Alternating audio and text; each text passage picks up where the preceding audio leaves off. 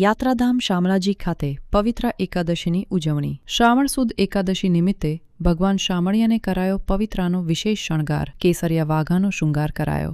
શંખ ચક્રધારી ભગવાનને પવિત્ર અર્પણ કરી ધરાવાયો મિશ્રીનો ભોગ. વહેલી સવારથી જ શામળિયાના દર્શને ભક્તો ઉમટ્યા, દર્શન કરી ધન્ય બન્યા.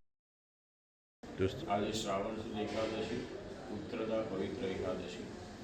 આજ રોજ ભગવાનને કેસરી જડીના સુંદર વાઘા ધરાવ્યા છે અને શણગાર આરતીપૂર્વક ભગવાનને પવિત્રા અર્પણ કર્યા છે, જેમાં કાચા સૂતના પવિત્રા, જે કેસરમાં ગોળેલા એવા સુંદર પવિત્ર ભગવાનને અર્પણ કર્યા બાદ રેશમી પવિત્ર ભગવાનને ધરાવવામાં આવ્યા છે.